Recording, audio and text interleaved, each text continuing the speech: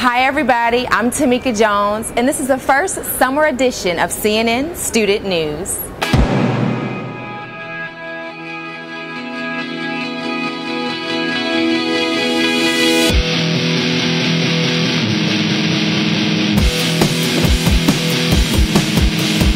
Every week this summer, we'll be doing these special web shows.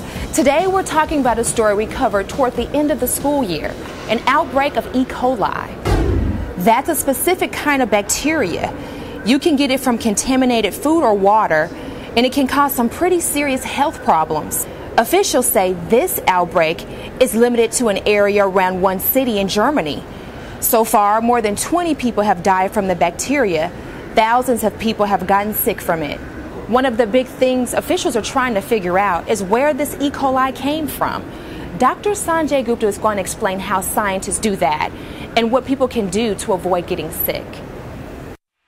It can be difficult sometimes to figure out exactly from where this came. This is sort of a real sort of medical investigation. They literally have to trace back from the farm to the fork all the different steps of these different foods. So, for example, bean sprouts being looked at right now. So far, 23 of 40 samples have come back negative. All that tells you is that so far they haven't found it. It doesn't mean that it wasn't there. And I can also tell you that sometimes you never get a clear answer as to exactly from where this bacteria originated. About 2,200 people infected, 60% of them women. 600 of them also got a very serious complication of this infection called HUS, hemolytic uremic syndrome. Your blood doesn't clot as well. Your kidneys can start to fail. 70% of the people who developed that were also women. Unclear why that is. It could be that women are eating more of whatever the contaminated food was. For most people who get this infection, it's going to be a couple of bad days. Stomach cramping, stomach pains. They're not going to need antibiotics. But obviously, in a few people, as you're hearing about, the complications can be more severe. For the consumer, obviously washing your hands, washing your food, not cross-contaminating your food. These are the things a consumer can do.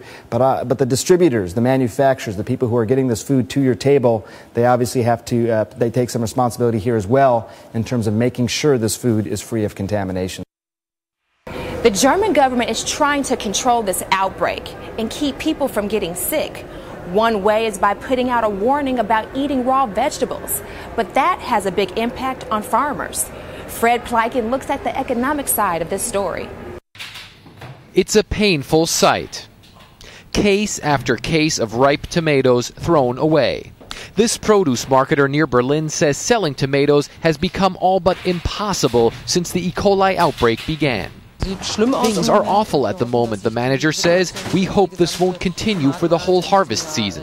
But if the government keeps telling people not to eat lettuce, tomatoes, and cucumbers, nothing will change.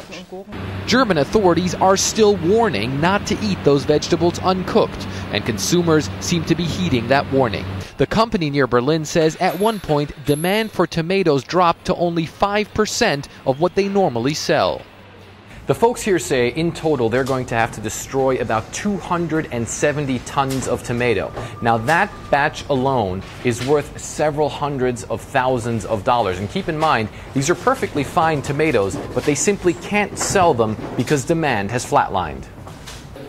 German authorities still have not found the source of the deadly E. coli strain in northern Germany.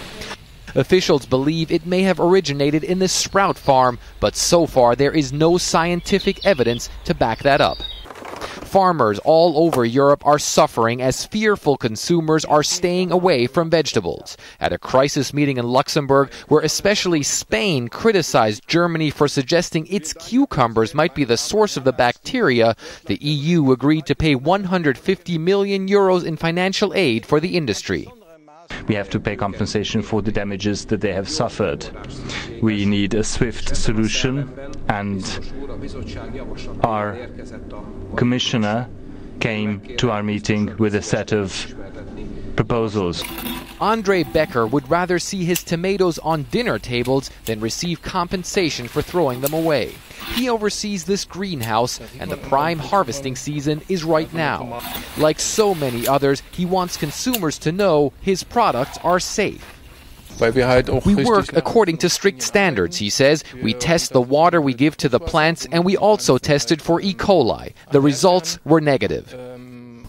The tomatoes have grown exceptionally well this year, but no matter how beautiful and ripe they may be, the workers here know they will probably go straight from the greenhouse to here, to be thrown away and destroyed.